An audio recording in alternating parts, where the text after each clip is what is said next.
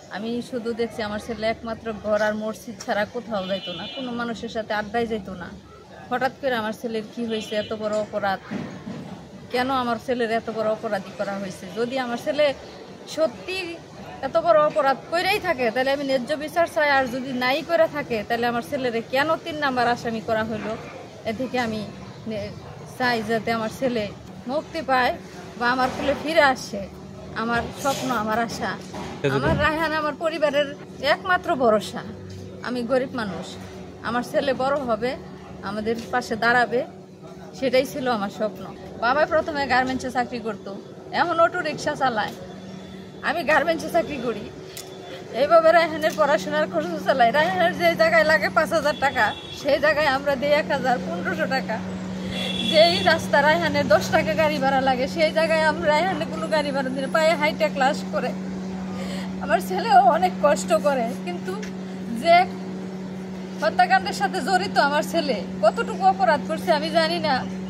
আমার ছেলে কিন্তু আমার ছেলে এরকম না, এত কষ্টের পরে এত বড় একটা কাজ করবে। আমার ছেলে কোনো সময় এরকম ছিল না। আমার ছেলে নিয়ে আত্মীয় স্বজন, পাড়া প্রতিবেশী সবাই গর্ব করতো, সবাই অহংকার করতো যে না অমুকের ছেলেটা একটা ভালো মানুষ হয়।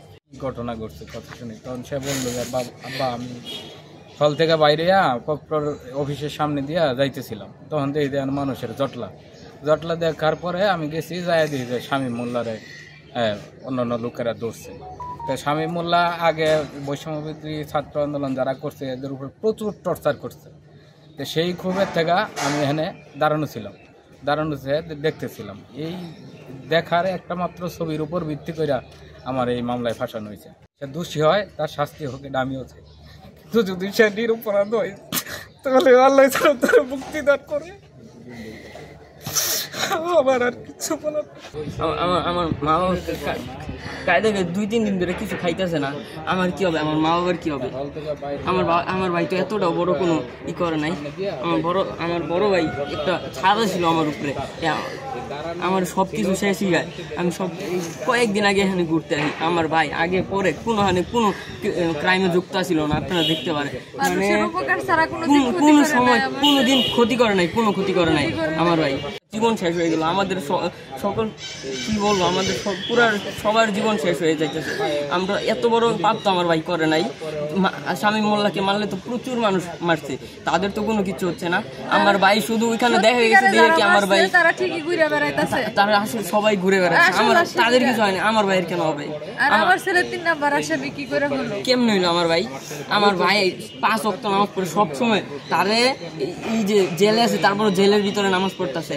আমার ভাই আমাদের চিন্তায়, সে আমাদের বলে চিন্তা করিস না তো, তোরা যেমনি আমরা কেমনে করবো না? আমার মা বাবা কানতে শেষ, আমি একলা কিভাবে সামলাবো? আমার ভাই আমাকে বলে যে এখন থেকে দায়িত্ব তোর করতে হবে।